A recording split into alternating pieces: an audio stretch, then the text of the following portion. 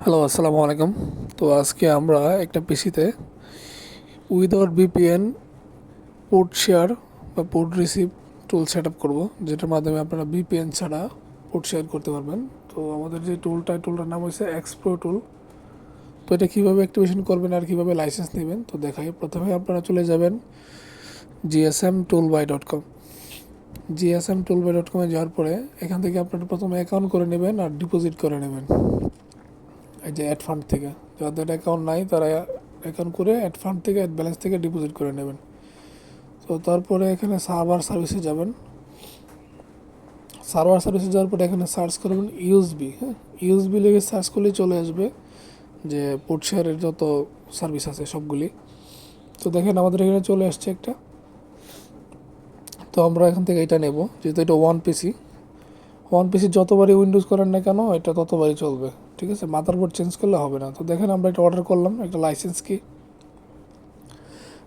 কি অর্ডার করার পরে দেখেন এই যে সাথে সাথে আমাদের অর্ডার সাকসেসফুলি ডান। তো আমরা এখান থেকে বি অর্ডার করলে সরাসরি লাইসেন্স কি দেখতে পারবো, কিন্তু আমরা বি অর্ডার করবো না, কারণ অনেকে বুঝে না যে অর্ডার হারাই গেলে করতে বের করতে হয়। তো এখানে যাওয়ার পরে দেখেন এই যে অর্ডার হিস্টোরি, এখানে যাবেন। যাওয়ার পরে আপনার যদি কোনো অর্ডার থাকে হিস্টোরি দেখতে পারবেন। তো দেখেন আমাদের অর্ডার সাকসেসফুল। তো আমরা এখান থেকে এই যে দেখেন লাইসেন্স কিটা নিচে দেওয়া আছে, এই যে এটা হচ্ছে আমাদের লাইসেন্স কি এতটুকু। তো আমরা এখানে লাইসেন্স কিটা কপি করব। কপি করার পর কাস্টমারের পিসিতে যাওয়ার পরে এই যে এখানে পেস্ট করব। পেস্ট করার পর আমরা এখানে দেখেন ভেরিফাই ক্লিক দিতেছি। ভেরিফাই ক্লিক দেওয়ার পরে এই যে দেখেন এটা একটু ভেরিফাই নেবে, একটু লোডিং হবে।